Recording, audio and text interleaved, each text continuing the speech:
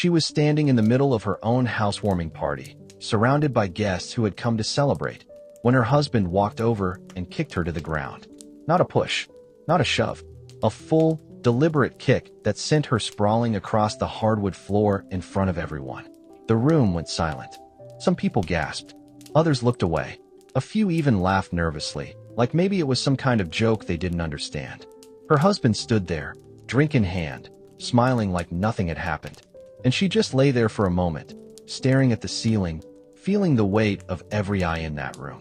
What no one knew, what her husband didn't know, was that everything he thought he owned, the house they were standing in, the business he bragged about, the life he paraded in front of people, it was all hers. And that night was the beginning of the end for him. Before we go any further, let us know in the comments where you're watching from. We'd love to hear from you. And if you're new here, click on the subscribe button so you never miss any of our upcoming videos. Her name was Diana Lawson, and for most of her life, she had been the kind of person people didn't notice. Not because she wasn't capable, but because she preferred to work quietly, to let her actions speak louder than her words. Diana grew up in a middle-class family in Ohio, the youngest of 3 children. Her father was an accountant, her mother a school librarian. They raised their kids to value education, hard work, and integrity. Diana absorbed those values deeply.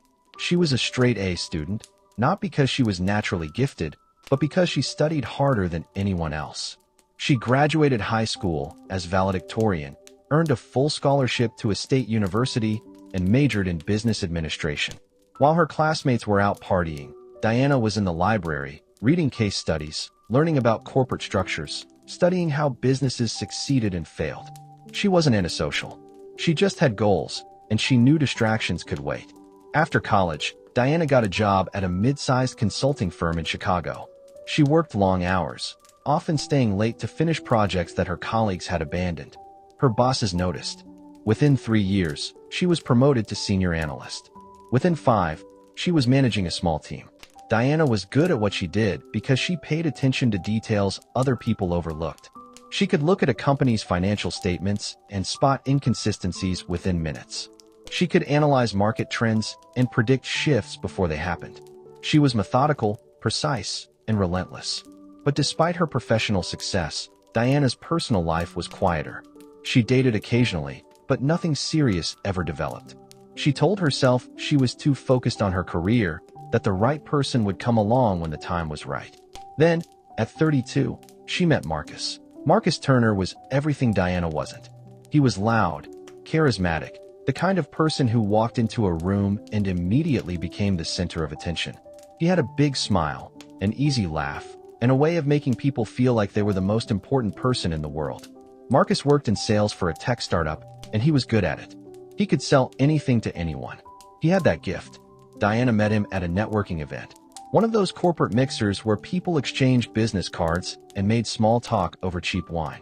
Marcus approached her, complimented her on something she had said during a panel discussion earlier that evening, and asked if she wanted to grab dinner sometime.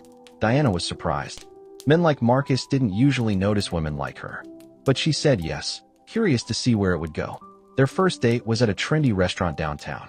Marcus talked most of the time, telling stories about his clients, his travels, his plans to start his own business one day.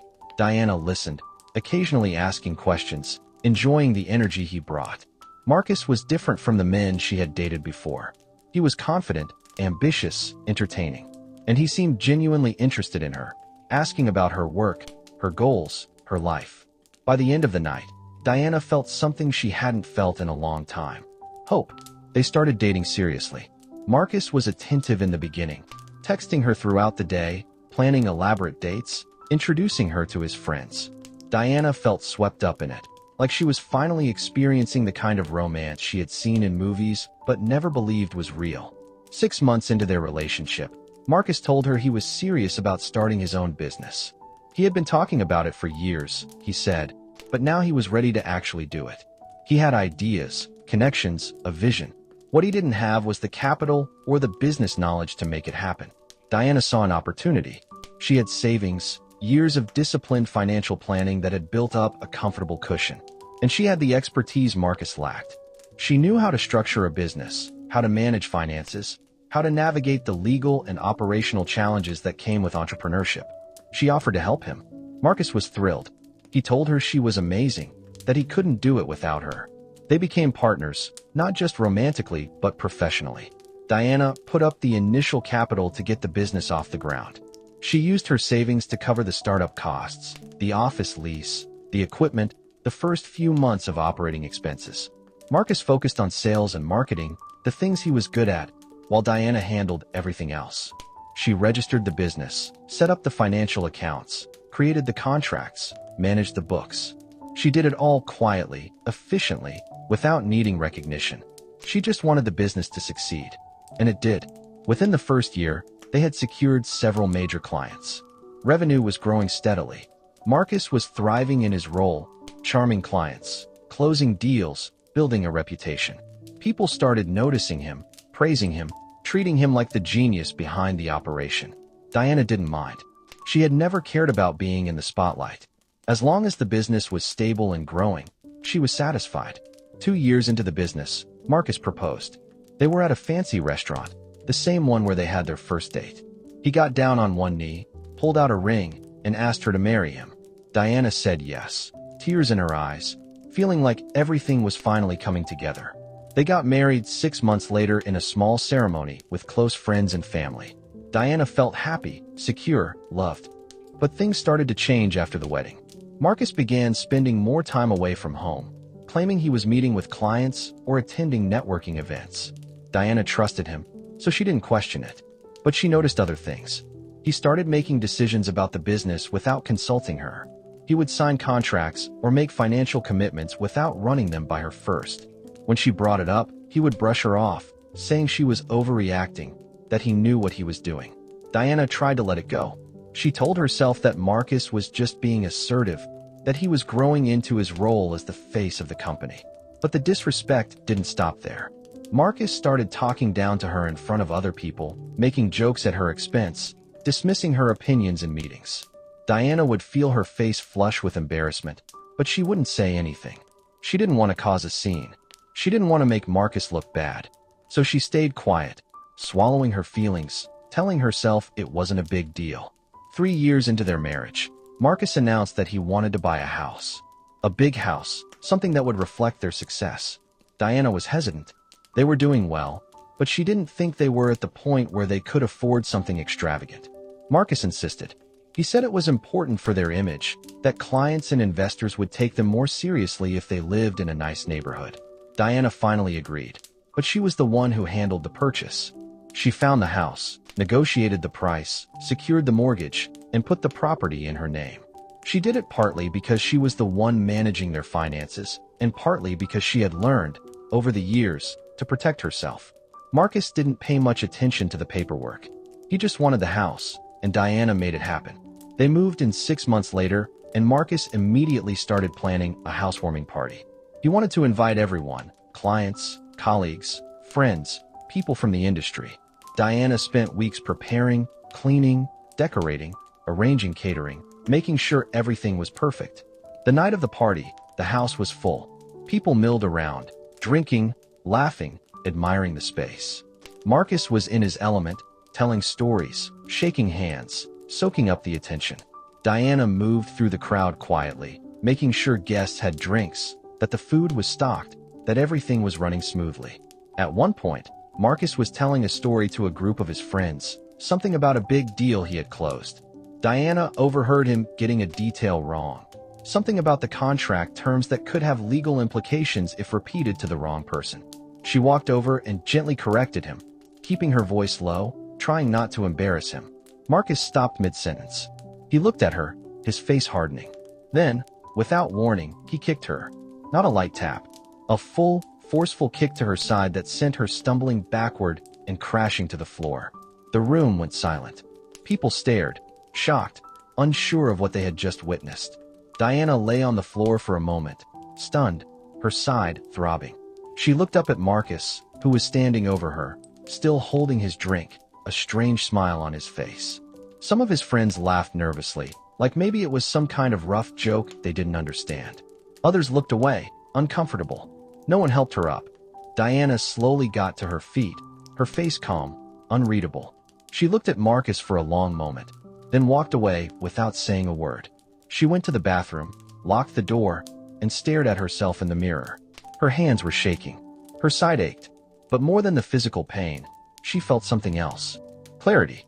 She had been making excuses for Marcus for years, telling herself that his behavior was just stress, just the pressure of running a business, just him being passionate. But this was different. This was a line crossed, and she couldn't pretend anymore. Diana cleaned herself up, took a deep breath, and went back out to the party. She smiled, thanked guests for coming, acted like nothing had happened. But inside, she was already planning. That night, after everyone had left and Marcus had passed out drunk on the couch, Diana went into her home office. She pulled out files, documents, contracts, everything related to the business and their finances. She reviewed it all carefully, methodically, making sure she understood exactly where things stood. What she confirmed that night was something she had suspected for a while. Legally, financially, she owned everything. The house was in her name. The business was registered under an LLC that she controlled. The bank accounts required her signature for major transactions. Marcus had access to things, but he didn't own them. Diana had structured everything that way from the beginning, not because she planned for this moment, but because she had always been careful. She had always protected herself. Over the next few weeks, Diana watched Marcus carefully. He didn't apologize for what happened at the party. He acted like it had never occurred. He continued to treat her with disrespect, talking over her in meetings, dismissing her input, making decisions without her. Diana said nothing.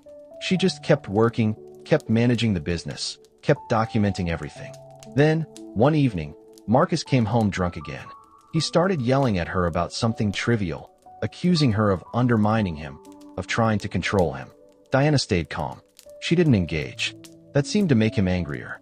He stepped closer, his face inches from hers, and said, "You forget who built this life. You forget who's in charge here." Diana looked at him, and for the first time in years, she spoke her truth. "No, Marcus, you forget. I built this. All of it. And you're about to find out just how much you've taken for granted." Marcus laughed, a harsh, mocking sound.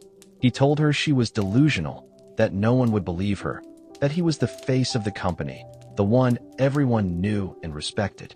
Diana didn't argue. She just walked into her office and came back with a folder. She handed it to him.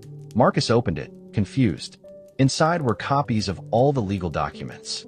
The business registration showing her as the sole owner. The mortgage documents showing the house in her name. The bank statements showing her control over the accounts. Marcus's face went pale. He flipped through the pages, his hands shaking. "This isn't real. You can't do this." Diana's voice was steady. "I already did. You can leave tonight, or I can have you removed. Your choice." Marcus stared at her, disbelief turning to rage. But Diana didn't flinch. She had spent years being silent, being accommodating, being patient. And in that patience, she had built something he couldn't touch. Marcus left that night. He tried to fight it legally, hiring a lawyer, claiming he had been deceived. But the documents were ironclad. Diana had done everything correctly, everything legally. Marcus had no case. Within 3 months, the divorce was finalized. Diana kept the house, the business, everything. Marcus was left with nothing but his reputation, which had already started to crumble once people learned the truth. Diana didn't gloat. She didn't badmouth him. She just moved forward, running the business better than it had ever been run, living her life on her own terms. She learned something valuable through it all. Strength doesn't always announce itself. Sometimes it builds quietly, in the background, in the choices you make when no one is watching. And dignity doesn't require an audience. It just requires you to know your own worth. So here's what I want to ask you. If you were Diana, would you have stayed as long as she did? Would you have planned the way she did? Or would you have left sooner?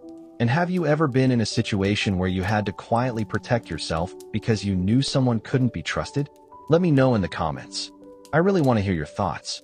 And if this story reminded you that the quietest person in the room is often the strongest, hit that subscribe button.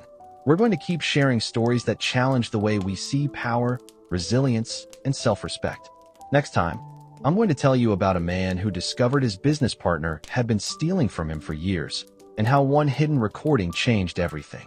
You won't want to miss it. Thanks for watching, and remember, The people who underestimate you are often the ones who give you the most power.